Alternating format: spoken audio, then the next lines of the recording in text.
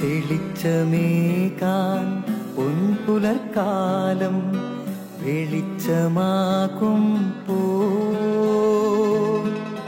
നുറുങ്ങുവെട്ടം പക്ഷിപരാഗം തെളിച്ചു കാട്ടും വരുന്നു ദൈവം മനസ്സിനുള്ളിൽ തിളക്കമേകിടാൻ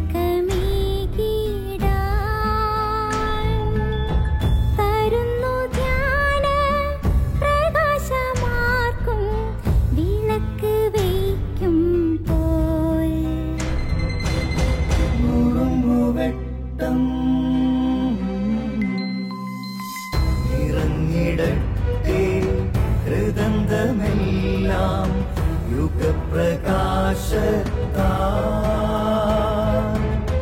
മറഞ്ഞിടട്ടെ മനാന്ധകാരം യുഗപ്രസാദത്താൽ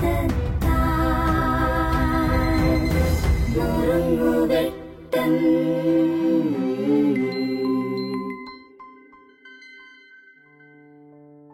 സ്നേഹിതരെ, ഒരിക്കൽ എൻ്റെ ചേട്ടൻ ഒരു കല്യാണത്തിന് പോയ കാര്യം പറയുകയാണ്.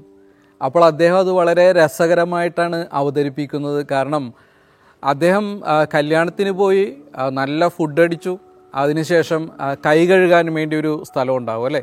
അപ്പോൾ അവിടേക്ക് ചേട്ടൻ വന്നു കഴിഞ്ഞ് കൈ കഴുകിക്കഴിഞ്ഞിട്ട് കൈയൊന്ന് തുടയ്ക്കാനായിട്ട് കരുതിയിരുന്ന തുവാല അന്വേഷിക്കുകയാണ്.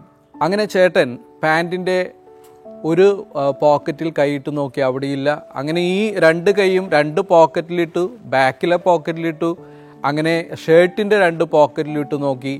അപ്പോൾ ചേട്ടൻ പറയാണ് തുവാല കിട്ടിയില്ല, പക്ഷേ കൈ ഉണങ്ങി. കാരണം എന്താണ്, ഈ പോക്കറ്റിൽ കൈയിട്ട് കൈ ഉണങ്ങി.